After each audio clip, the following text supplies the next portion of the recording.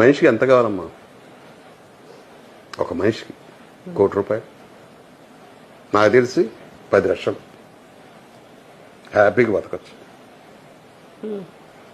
ఇప్పుడు ₹1,00,00,000 తర్వాత ఏం చేసుకుంటుంది దాన్ని? పెద్ద పెద్ద బంగళాలు, కార్లు, స్థలాలు, వాళ్ళ కోసం షేర్ మార్కెట్లు, బ్యాంక్ బ్యాలెన్స్, ఇవి కాదా? అవసరం లేదా? అక్కర్లేదమ్మా.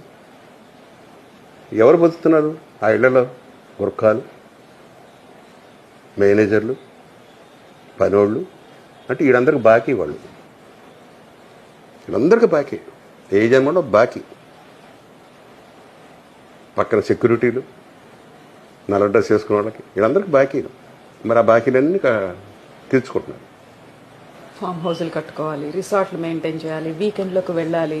మన ఇంట్లోనే కదా మన అన్ని రిసార్ట్. అక్కడ దాకా ఎందుకు వెళ్తా ఉన్నావు? నువ్వు ఎంజాయ్ చేయాలి ఇంట్లో చేయి. ఒక డైనింగ్ టేబుల్ చాలు, 2 అడుగుల్లో డైనింగ్ టేబుల్ చాలు. దాని మీదే మనం